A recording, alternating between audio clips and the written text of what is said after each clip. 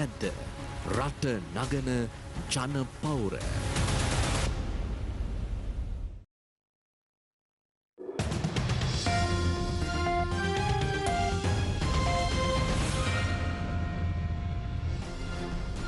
Good afternoon, this is Lunchtime News here on TV1. I'm Ruhaza Irfan for Newsfirst, where the people come first. Before we take a look at your stories in detail, let's start off with your headlines for this afternoon. India grant for Maritime Rescue Coordination Centre in Sri Lanka. රටේ සම්පත් විකිණීම පිළිබඳව කිසිම ගැටලුවක් මේ සම්බන්ධයෙන් අදාළ වෙන්නේ නැහැ. මේකේ නාවික හමුදාවේ තමයි හෙඩ්ක්වෝටර්ස් එක කරන්නේ. මොවුන්ගේ මේ මැරිටයිම් රෙස්කියු සෙන්ටර් එක නැත්නම් සමුද්‍රීය මුදවා ගැනීමේ සම්බන්ධීකරණ මධ්‍යස්ථානය කියන්නේ නාවික හමුදාවේ මූලස්ථානය. Where is the IMF report given to the government? Nimal Lanka resigns from state ministerial portfolio. 1,500 food containers still held at the Colombo port. 100,000 gas cylinders delivered, yet there are no end to the queues. Starting off with your top story for this afternoon, the Cabinet of Ministers has granted approval for the proposal to establish a Maritime Rescue Coordination Centre with a $6 million grant from the Indian government. Accordingly, the proposal seeks to sign an agreement between the governments of India and Sri Lanka, and also to sign an agreement between the Sri Lankan government and the Bharat Electronics Limited India. Co-Cabinet spokesperson Minister Ramesh Patrana says that these agreements will be presented to Parliament before they are signed. Those are traditional bilateral training programs between the two countries. This has nothing to do with the sale of national resources. We will definitely inform Parliament if such an agreement is signed. Hareen Fernando, an MP of the Samagi Jana Balawegaya, told reports today that the proposed Maritime Rescue Coordination Centre is to be set up inside the Sri Lanka Navy headquarters. The sub-unit will set up in Hambantota and 7 other units will be positioned across the country. Quoting a cabinet memorandum, Hareen Fernando said, according to Hareen Fernando, India will also provide the Dominar surveillance aircraft to Sri Lanka, while Sri Lanka Navy is to receive a 4,000 metric ton floating barge from India. Further, Sri Lanka and India are to sign a memorandum of understanding where India will provide a grant to fund the creation of unitary digital identity framework. මේකේ නාවික හමුදාවේ තමයි හෙඩ්ක්වෝටර්ස් එක කරන්නේ. මොවුන්ගේ මේ maritime rescue centre එක නැත්නම් සමුද්‍රීය මුදවා ගැනීමේ Maritime Rescue Coordination Centre is to be set up inside the Sri Lanka Navy headquarters. This is a problem. The person who came into power to ensure national security has sold the security and the navy of the country to India. A sub-unit will be set up in Hambantota and 7 other units will be positioned across the country.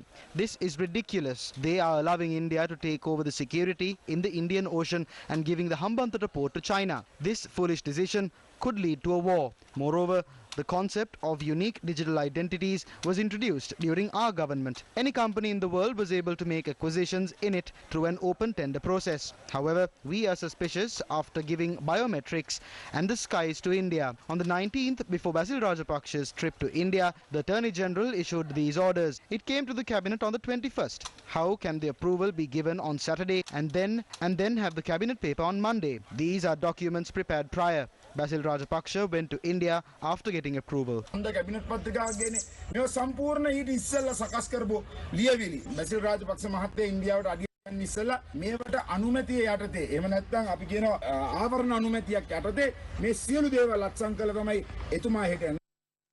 Meanwhile, Samagi Jana Balawegaya MP Nalin Bandara stated in Parliament today that the Minister of Finance is not in Parliament to inquire into agreements and transactions.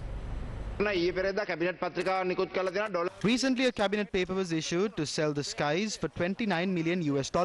It has come to a point where we are selling even our skies. Therefore, summon the finance minister to the parliament and permit us to question him. Venerable L.A. Gunawansa has requested the President to disclose the public and the Parliament details of 3 agreements that are signed between Sri Lanka and India with regard to the security of the Indian Ocean region. In a letter to the President, the Venerable Thero noted that the Hindustan Times had reported that both countries are close to finalizing 3 defense-related agreements and arrangements that are expected to boost cooperation for maritime security. The Venerable Thero also noted that the agreement signed when securing a $1 billion US loan from India is also yet to be made public. He also pointed out that an ad hoc free trade agreement had been signed between Sri Lanka and China. Venerable Ale Gunawansa Thero in his letter firmly states that he will stand against any conspiracy or attempt that will pave the way for the national resources in the north, east or other parts of the country to be looted or surrendered for money. The Venerable Thero also noted that Milinda Moragoda, the present Sri Lankan High Commissioner to India, had prepared a strategic diplomatic plan for the immersion of Sri Lanka with India between 2021 to 2023. The Thero noted that this plan would betray Sri Lanka's economic and political sovereignty to India.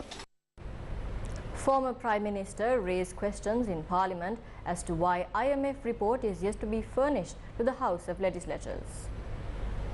අපිට පොරොන්දු වුණා මේ සභාවේදී IMF සම්පූර්ණ වාර්තාව ලබා දෙනවා. We were promised the IMF report. This was requested repeatedly and we require it for parliamentary activities and tomorrow's all-party conference with the President. The Finance Ministry is yet to furnish this report to the House. This is a breach of parliamentary privileges. I include all matters and papers connected to proceedings in Parliament. Tomorrow you have a bill on taxation. Then again I think on Thursday we have some matters relating to financial affairs. How can we discuss the matter without having an understanding on the country's finances? I am raising a privilege matter and we need to order the central bank governor as well as the finance secretary to produce this in Parliament. It was promised to us, but the ministry is not releasing the report. පොරොන්දු වුණාත් මේ අමාත්‍යාංශයෙන් මේක පිට කරන්නේ.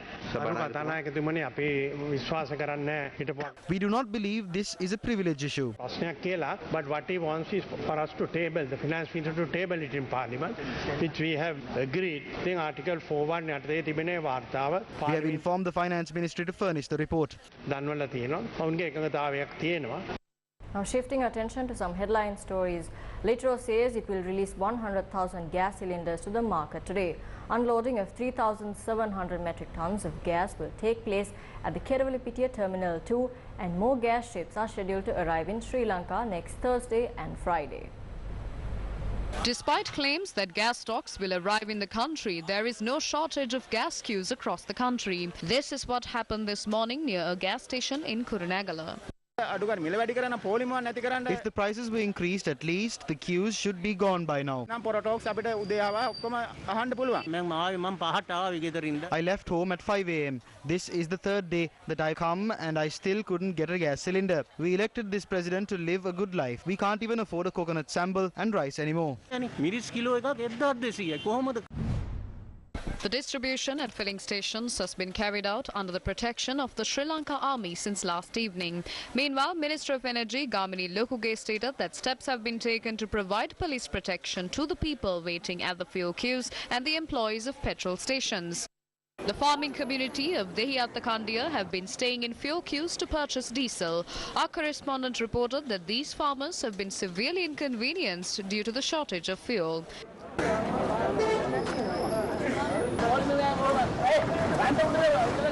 This morning, only one filling station in Anuradhapura had diesel. The filling station received fuel at 6 this morning and people had been in queue since 9 last night.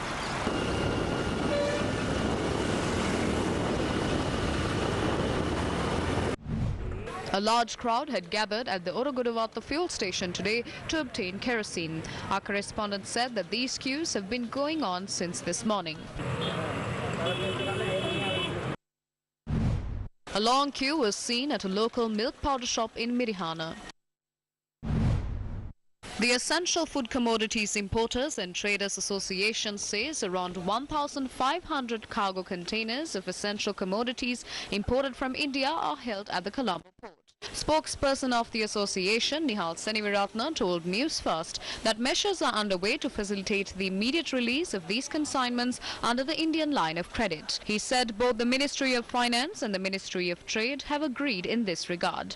According to Seniviratna, the consignments contain essential food commodities such as rice, sugar and wheat flour. The Trade Ministry recently announced that a program is underway to release the consignments of essential commodities imported from India which are held at the Colombo port. The Public Utilities Commission of Sri Lanka granted approval for the Ceylon Electricity Board to disrupt the supply of electricity today as well. Accordingly, groups A to L will experience a 3-hour and 20-minute power cut between 8 a.m. to 6 p.m. and a 1-hour and 40-minute power cut between 6 p.m. to 11 p.m. Groups P to W will experience a 2-hour and 40-minute power cut between 9 a.m. to 5 p.m. and a 1-hour power cut between 5 p.m. to 9 p.m. The power cut schedule is available on www.newsfirst.lk. Are there any plans to increase water, electricity bills and transportation fares? Journalists questioned this at a cabinet media briefing held today. Minister Dayasiri Jayasekara also stated that the electricity tariffs will be increased. Similarly, the water bills and train fares will also be increased. There is a serious issue regarding the importation of gas. Has the CBSL agreed to provide dollars for this? There was no discussion yesterday regarding the electricity or water bills. However, Minister of Transport Dilu Mamunugama said that they need to increase the train fares during the last cabinet meeting. All these problems are connected to the fuel prices. It is clear that the people of the country will have to bear this burden at some point. Fortunately, the gas crisis is currently being solved. Letters of credit were issued to release both shipments of gas that arrived in Sri Lanka. We believe that the gas shortage will be completely solved. 7 to 10 days will be needed to normalize the gas supply since the gas demand increased as of late due to the inconsistent supply of gas. Gas බෙදා හැරීම අකර්මණ්‍ය වෙලා තිබුණු නිසා ඉල්ලුමේ වැඩිවීමක් තිබෙනවා. ඉතින් මේ ඉල්ලුමේ වැඩිවීම සපයන්නට ඉදිරි දවස් 10ක පමණ කාලේ දවස් 7ක් 10ක් අතර කාලයක් ගත වෙයි කියලා තමයි ඒ සමාගම ප්‍රකාශ කරන්නේ. The Electricity Consumers Association voiced their protest against the electricity mafia that is operating in Sri Lanka.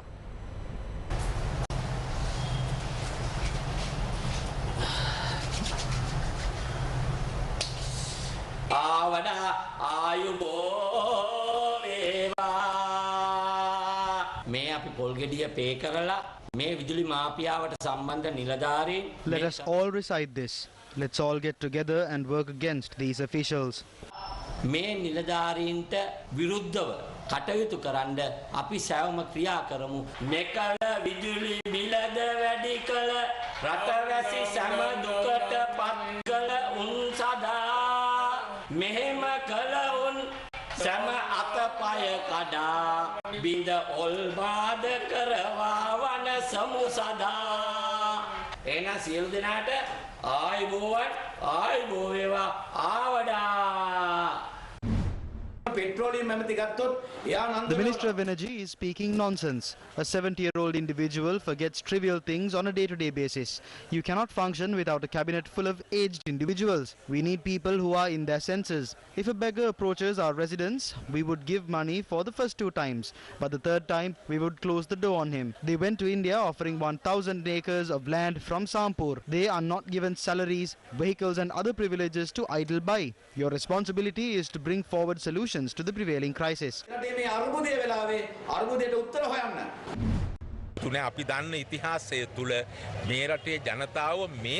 If I'm not mistaken, there has never been such a time in the history of this country where people have suffered like this. The day people take to the streets is not far away. When that happens, the security forces will not point their weapons towards the people, no matter what order they are given.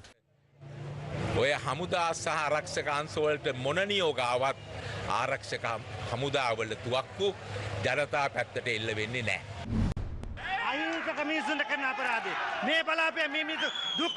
The innocent people of this area are suffering. Can't Mahinda see this? You are living in luxury while the people are suffering. These people don't deserve this. If they go to the village, you will be able to see. If any minister has a backbone, they must walk on the streets.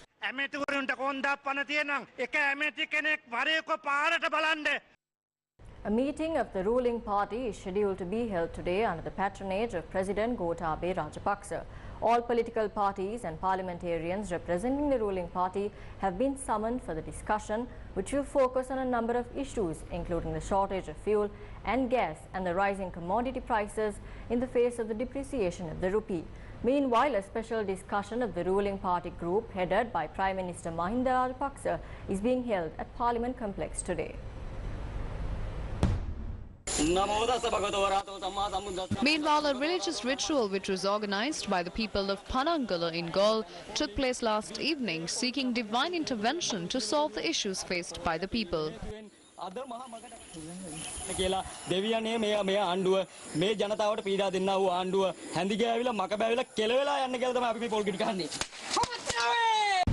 The Frontline Socialist Party had also organized several protests yesterday against the rising cost of goods. A group of the Frontline Socialist Party joined the protest in Kantale.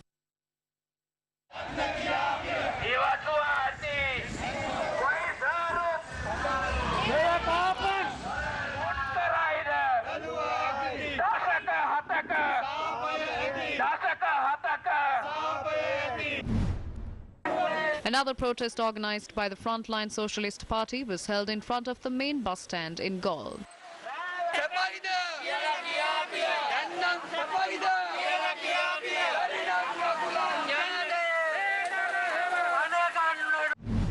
The protest, which was held in Kadugala last afternoon, was also organized by the Frontline Socialist Party.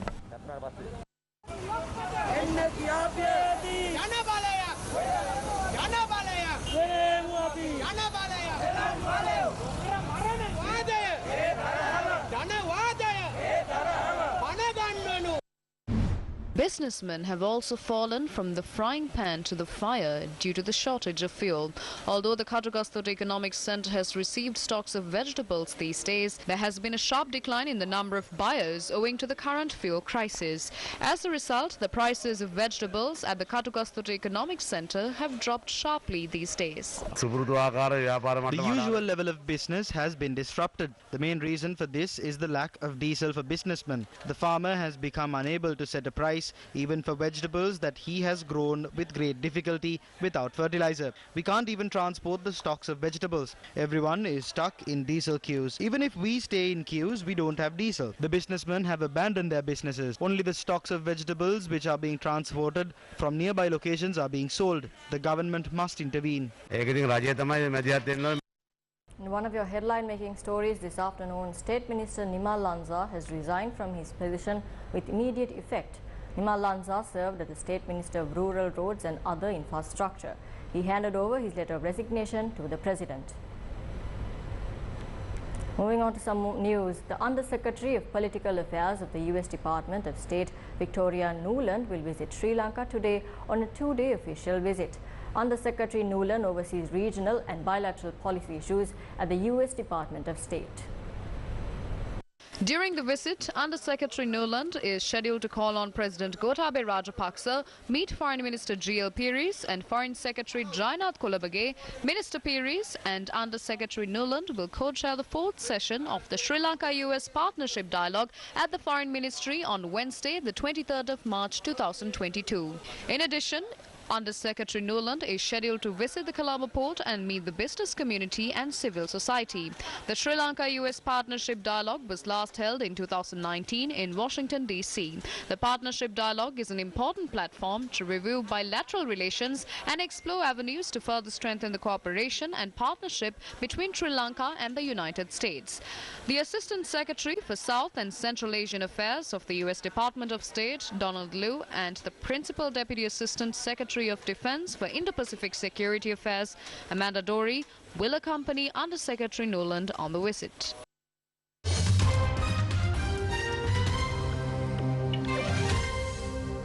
In developing news, the Ukrainian military claims its forces have retaken the town of Kharkiv, close to Kyiv.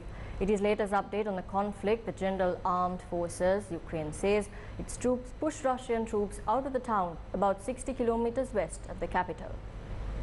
Ukraine's president has said that he is prepared to discuss a commitment from Ukraine not to seek NATO membership in exchange for a ceasefire, the withdrawal of Russian troops and a guarantee of Ukraine's security. Вони повинні завтра сказати, що вони Україну. The NATO members should either say that Ukraine is admitted to NATO tomorrow without playing with it for weeks, or they should say that they are not admitting us now. And it is the truth. They understand themselves that they don't want to fight with Russia. That's why they don't take us. The answer is clear. And we all understand everything. We are not admitted because they are afraid of Russia. That is it. Члени НАТО, які хочуть бути. Satellite imagery from the past few days shows continued Russian military activity and destruction in and around several Ukrainian cities, including Mariupol, Kyiv and Chernihiv. Artillery forces could be seen deployed around each of those cities. Russian ground forces appear to be deployed in Dublin, southern Belarus. The images from Maxar Technologies also showed widespread damage to residential buildings, industrial areas and infrastructure across Ukraine. Ukraine's Deputy Prime Minister has told local media that at least 45,000 have been evacuated from Mariupol since Russian forces blockaded the city. Japan says it strongly protests Russia's decision to abandon talks on a World War II peace treaty because of Tokyo's strong response to the invasion of Ukraine. Prime Minister Fumio Kishida said in Parliament, quote-unquote, the latest situation occurred as a result of Russia's aggression against Ukraine, and Russia's attempt to shift the issue to Japan-Russia relations is extremely unjustified and absolutely unacceptable. Meanwhile, Russia has ended an arrangement dating back to 1991 that allowed Japanese citizens to visit the Kuril Islands without a visa and has broken off talks with Japan on formally ending the Second World War, citing Tokyo's openly unfriendly conduct in sanctioning Moscow for the conflict in Ukraine. And that's a wrap of lunchtime news for today. For more of these stories, you can go to our website, Newsfirst.lk. For the Newsfirst team, I am Ruhazi Irfan, where the people come first. Thank you for watching.